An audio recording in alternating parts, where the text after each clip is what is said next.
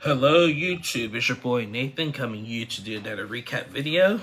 Today we are talking 90 Day Fiancé, Happily Ever After, Season 7, Episode 4, Truth Hurts. So, we're just going to get right into it. Not much went down in the episode. I mean, a couple good things. It's actually a good episode. Entertaining to say the least. So I'm just gonna get right into it. I want to start with Big Ed and Liz. So last week we seen Big Ed and Liz at that photo shoot when Ed was taking pictures of Liz's friend Alex, and he was supposed to be training Liz on that, but they had a few choice words and just ended in an argument, and Liz left. So in this episode, we only seen Ed and Liz on one scene. So Ed finishes up the photo shoot with Liz's friend. Liz's friend was just like, I'm gonna stay out of it, but Ed was not teaching her and he was being mean to her, so he might want to apologize to her. So he goes and finds Liz. Liz is all upset, and Ed tried to explain that, you weren't my fiance in that moment, you were my student and stuff. And Liz was like, well, you were doing this, you were doing that. And it was like, I'm very, like, when it comes to my work, I'm very, like, picky when it comes to my work and stuff and everything. And Liz just came up and just said, okay, we should not work together. I'm sorry because Ed said the girl had no neck, and that irritated Ed because people have been complaining about his neck all his life, so that triggered. And so Liz was just like, she apologized for that. Ed apologized for being too uppity with her, so that was just that. But Liz had mentioned, what, I feel like the dad side is coming out of Ed instead of the fiance side, and nobody wants to sleep with their dad. Now, I don't know why she used that analogy, because I thought that was disgusting, the way that she worded that. I mean, so that's just. I mean, she felt dad vibes, okay, but I wouldn't have used that analogy that she said, because that was just disgusting how she worded that. So then they kiss and make up, whatever. Then they start packing up the car and stuff. Now this is what's gonna draw people to get mad at Ed again. There was like a bag. I don't know if it was like the bag that had the camera in it. It was like a little suitcase or the camera stuff in it.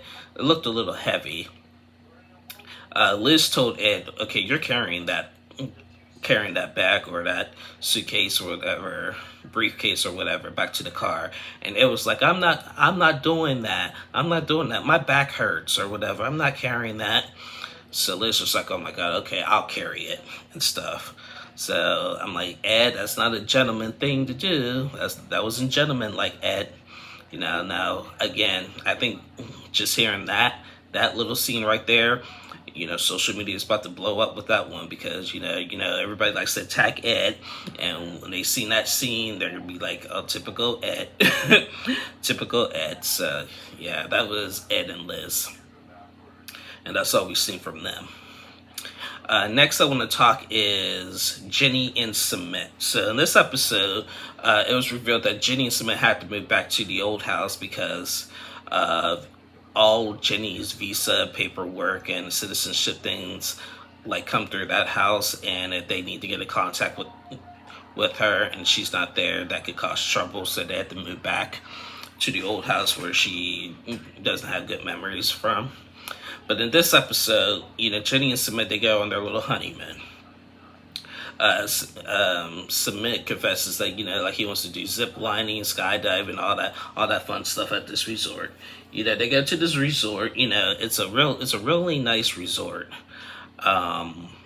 They got into a nice little bedroom. The bedroom was really nice and romantic, and they had their honeymoon off to a good start. And then Cement drops a bombshell on them. He says that he wants to go back to work. Okay, no big deal. I'm glad he wants to go back to work, but he brought that up. During the honeymoon. I guess Cement used to work in a restaurant before COVID hit, and him and his buddy wants to get back into doing that. And Jenny was like, well, how much do you want to work? And Submit says he wants to work like 6 days a week. And Jenny was like, man, that's too much. Like, I want to see you more than 1 day a week. And Submit was like, I hardly go anywhere without you these days. And I'm like, and Jenny was like, yeah, well, I have my income, I have my Social Security and retirement and everything. Like I don't need to really like depend on you or stuff.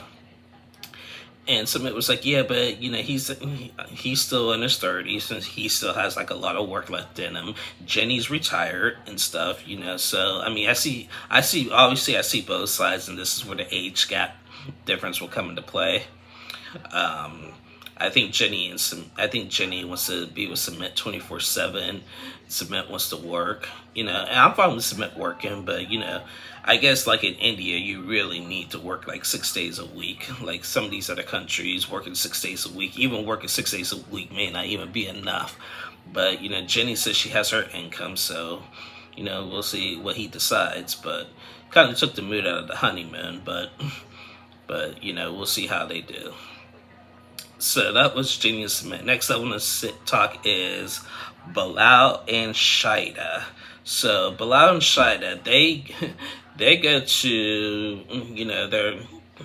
they're fresh off of that argument with Bilal's ex-wife. Now they want to just enjoy the married life. They go to a store because, Shaida wants to decorate the house to make it more like her home rather than just Bilal's home. And they go to the store to pick out some things and stuff. And they picked out this pillow. For some reason, this pillow, it was nice, but it cost $234. And I'm like, what pillow costs $234? And, so they didn't get that. And then, like Bilal was saying, like, Shaida, like, picks out everything for me. She picks out the shirt that I'm wearing. She, like, likes to pick out all kinds of stuff for me and all that, and this and that. So they do that. And then, oddly enough, at the store, they go into another room, and it was in this other room there was like a baby. It was like a baby room. It was like stuff that kids have, that they have for kids at the store and stuff. And Shaida got all excited. She's like, Bilal, come in here with me. And Bilal was just like, no, I don't want to go in there. I don't want to go in there. And then she goes in there, and then they just start having the discussion about the baby. About having a baby, but it is in the prenup that Shaida signed that Bilal has to give her a kid before she's 40, and she wants to have a baby. Bilal said, we haven't even tried yet. I'm not ready yet. So they got into a little argument about that. Later, we seen Bilal meet up with his mother, and they discussed what happened at the store, and Bilal's mom made a good statement to him and asked him this question. She asked him, like, do you really want to have a baby, or are you saying you are not ready, but in reality you don't really want one? And Bilal didn't say anything. I mean, he told his confessional that he's just not ready at this exact moment, which is fair enough. But he did not answer his mother's question, and that was a legitimate question. And Bilal's mother's thinking, are you just really stringing her along and giving her those little wishy-washy BS answers? Like, do you really want to have another kid? Do you really want to have a kid with Shaida and stuff? And he didn't really answer that question. So I don't know how he's gonna play the part with that. It's just he does get really wishy-washy and like really melatonin when like things are against him. So I think he needs to start compromising a little bit more with Shaida. Because I know Bilal and Shaida really love each other, but I feel like he's gonna draw her away if he ain't careful. I mean, that's just my opinion. So yeah.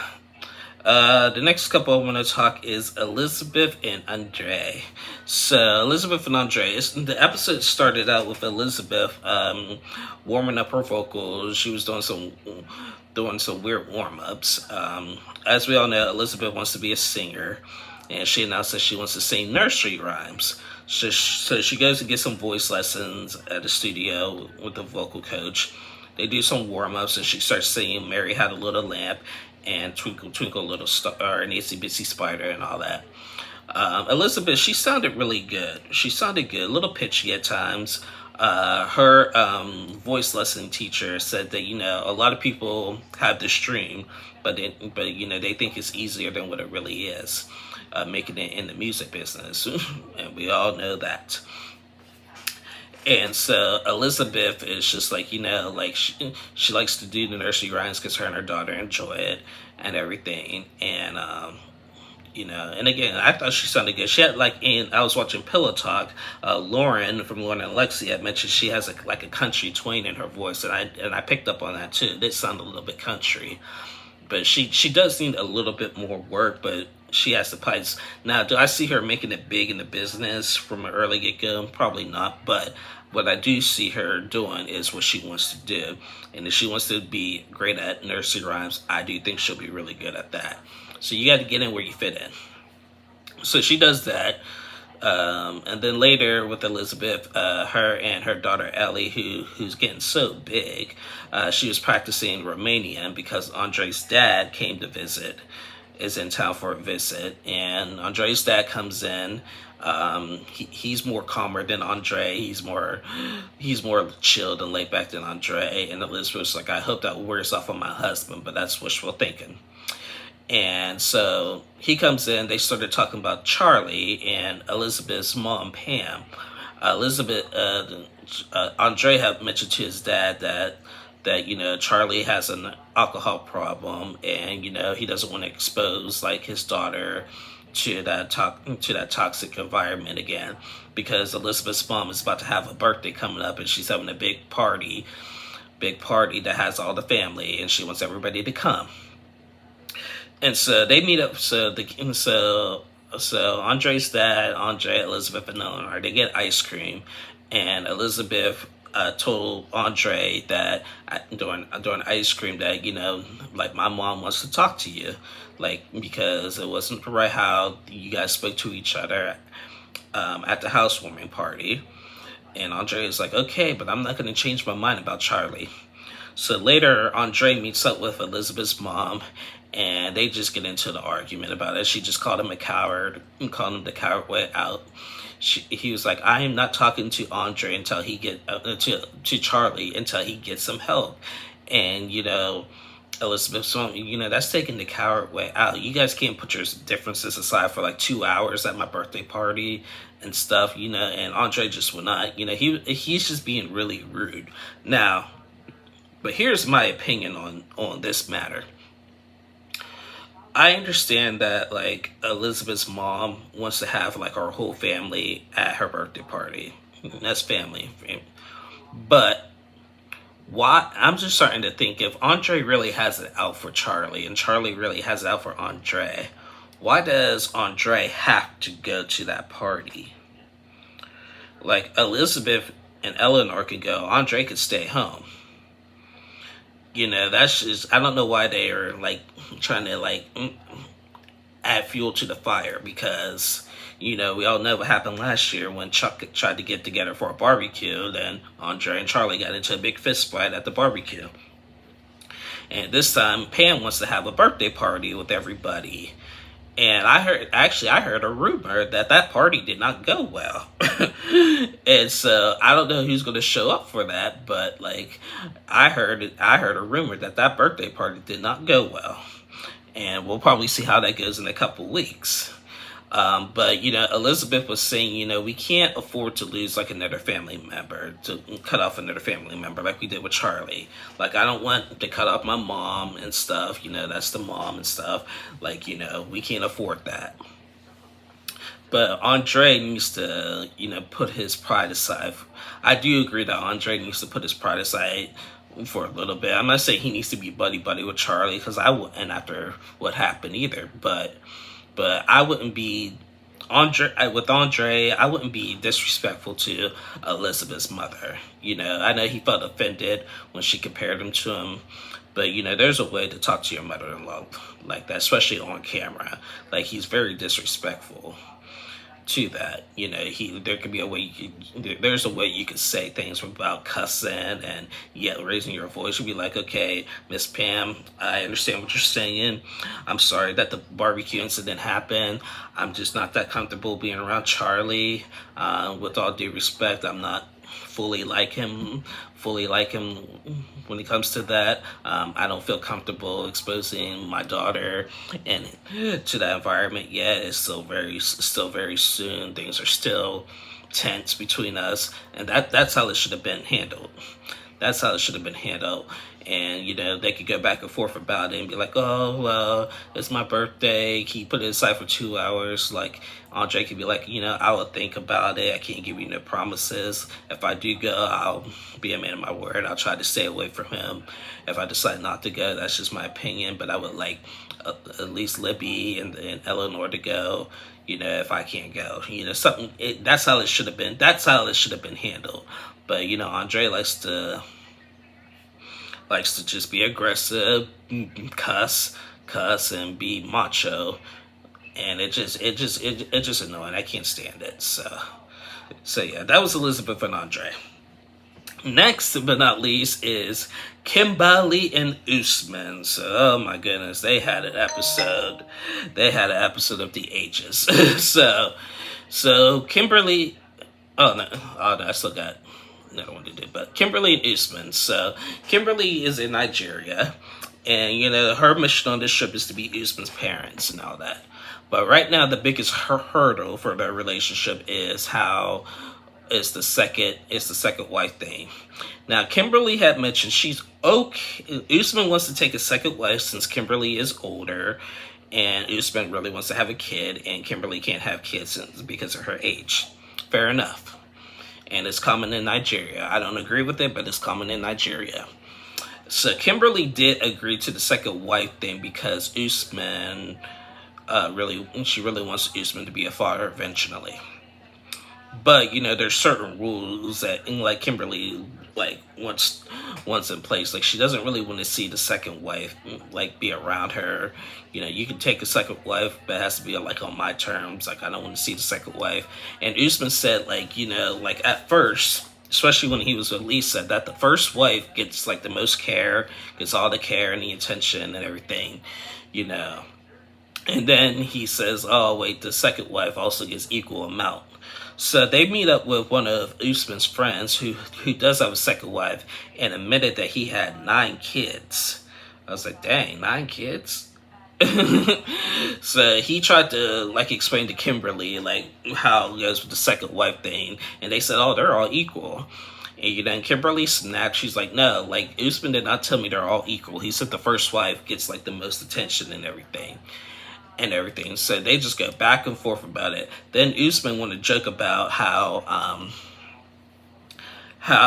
what if I had a third, fourth, and fifth wife, and he just started laughing about that, and Kimberly just snapped. She just snapped. Don't be joking like that and everything. And she was just trying to get some questions answered.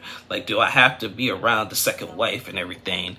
And Usman was just laughing and just making jokes and stuff. So finally, Kimberly snapped, and she once again threw a drink on Usman. It was a milkshake she threw on him. She's like, I'm done with this conversation. Nice to meet you. I'm done. She walks away. They get into a big argument in the car on the way back about about it and stuff. And now they get back to the hotel. They still fight over it. And then Usman and then Kimberly just walked away and said, look, I'm going back to America. I did not come here for this. So she leaves the hotel. Usman chasing after her, and they're still arguing and stuff. So yeah, this second one, Usman is, I think, lost his mind a little bit because he is, you know, Kimberly is not going to put up with that nonsense. So yeah, that was Kimberly and Usman. That was pretty intense. And last but not least is actually Angela and Michael. So Angela and Michael. So we seen last week Angela talk to her friend Billy in Canada that she does TikTok videos with and everything, and she's thinking Michael is scamming her or whatever. This episode starts out, with Angela. She's out playing with her grandkids, and she has beautiful grandkids. Like, she is a great grandmother. She has like 6 grandchildren, and she takes care of them all. And they call her Meemaw, and she's just awesome when it comes to her grandkids. So that's what we can't say. We know Angela's crazy, but she does take care of her grandbabies. So, and we cannot fault her for that. So they're playing, and then one of the kids was like, when's Papa Michael gonna come? And she was like, well, Papa Michael's getting on your Meemaw's nerves, but I'm gonna go call him. So she calls him, and it was actually Michael's birthday. And Michael's birthday is in February 28th, so this scene was filmed in February. And so Angela was like, happy birthday, Michael. And, they weren't really thrilled to talk to each other. And then she asked him, did you go out? And Michael's like, no, I don't have any money to go out. And she said that, he's like, I asked you for some money, but you refused. And Angela was like, why did I refuse, Michael? And then she started screaming at him and said, because you're an idiot. And she screamed that at him and stuff. And then they brought up the Instagram saga. Angela in the past has caught Michael cheating and lying about it. So she really preferred Michael not to have an Instagram. And they're supposed to actually share Angela's Instagram. They're supposed to be sharing Angela's, but Michael decided to block Angela and reactivate his Instagram, and Angela don't like that, and she is making a big fuss about it. And and I'm thinking, Michael does have a right to have an Instagram. Like, everybody, is free to have a social media, what they want. I understand why Angela didn't want him to have one because of what happened in the past. But, Angela is no angel either. Because later, we seen Angela and the grandkids and her daughter, Skyla, who I love Skyla. I love Skyla. She's awesome. She's blunt. She don't really like Michael. She wished this didn't work out from the get-go. But they went to a restaurant, to a buffet to have lunch and stuff. And Skyla told Angela, it's like, do you think he's retaliating on the fact that you are doing them TikTok videos with Billy? And she was like, well, Billy needs a kidney. So all of my TikTok videos have hashtag awareness or whatever. And we're just thinking, okay, I don't think it has nothing to do with his health. So Angela does these little sneaky things like chill, but Michael can't do nothing. It's that double standard, and it's just ridiculous. So maybe Michael is retaliating because Angela is doing stuff like that. Because if Michael would do something like that, Angela would have a fit, and I don't think that's fair. So Angela told Skylar, look, I'm going to plan a trip to Nigeria, and I'm going to do a pull-up. She's not going to tell Michael she's coming, and she's just going to pull up on him. Not the best idea to do a pull-up. I don't think it's the best idea to do a pull-up, but she was like, this trip is going to decide, if I'm going to stay with Michael or if I'm going to go ahead and cancel the spousal and get a divorce. So... yeah, so we'll see how that plays out. But I always pull for Angela and Michael because they're getting the most season because we're trying to get Michael to America. We're trying to get him to America. We're trying. This is why we see a lot of Angela and Michael on every season of Happily Ever After. Because we really want Michael to get to America. And I'm hoping he does eventually. So there are rumors saying that his spousal got approved and that he came in March or April or whatever, and the scene was filmed in February. But I don't know how much if that's true or not, because judging by the preview, when she goes to Nigeria, she does damage his car and everything, and he screams at her to get out, I'm done. So whenever we see that, I think that's going to be the end of that. So maybe he did get approved, but he doesn't go. So I don't know how much of that rumor is true. Nobody has really spotted them yet, but, you know, we'll see. So anyway, guys, thank you guys for watching. That was Happily Ever After. Please like and subscribe. I'll be back on in this episode. Jovi and Yara were not on this episode. We'll see them next week. But yeah, I'll be back on tomorrow to recap the Single Life episode 2. So thank you guys for watching. Again, please like and subscribe, and I'll see y'all later.